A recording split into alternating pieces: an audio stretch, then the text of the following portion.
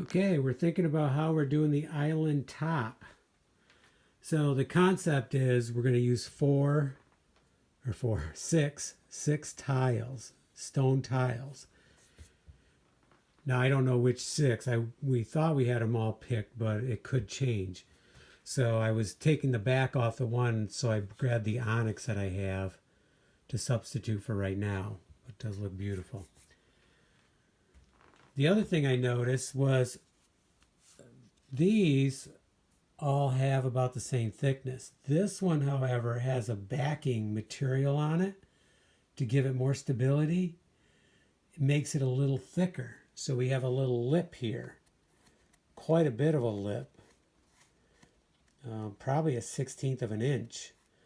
Don't really like that. So one option would be, how easy is it to take that backing off? Should I add backing to the others? That'll be kind of a hassle. Plus it involves gluing and everything else.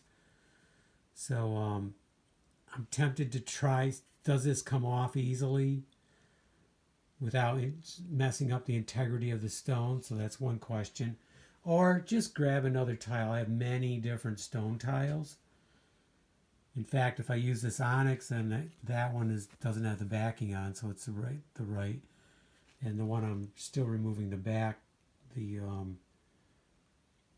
kind of from the sheetrock where it was glued on. I ran out of juice, so I'm charging the battery. So if I use that, I'll still have 6, but I have many more, so I could easily find another one the same thickness. So that's probably what I'm going to do, is either see how easy that comes off or get one with the same thickness. So they're pretty close. So the next question is, I need a web underneath it. In my opinion, I need a wood web to set these in. So at first I was thinking, well, I'll take a board and I'll put a groove in it, so I can set the tiles in. But that only solves the edge. I still have the center. I need one running this way. I would like them supported at all the joints by at least 2 or 3 inches. So then I thought, okay, maybe I do I have some 1/2 inch lumber, and 1/2 inch would be strong enough. I do 1/2 inch, and then I was thinking, okay, maybe I could overlap the joints like this right here. So they're screwed in right here and right here. That ties this corner together. And then the next one would go from here over and so on.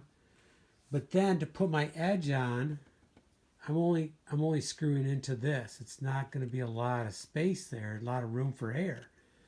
So then I thought, well, why do I need to use 1/2 inch? I have lots of 3/4 inch.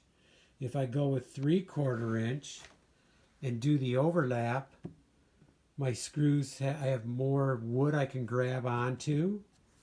I can use my normal size screws, the probably the 1.25 inch.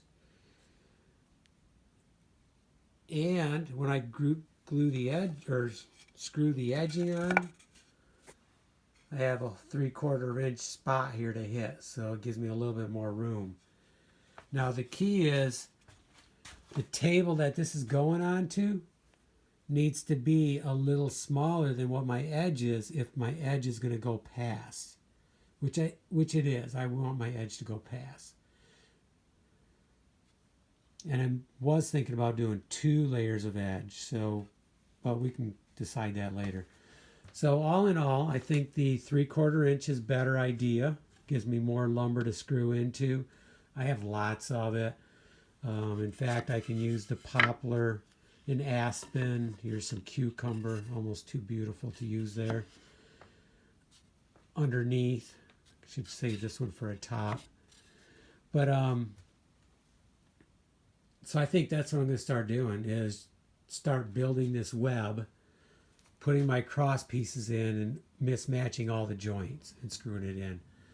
So I'll basically build that web and then start putting an edge on after that.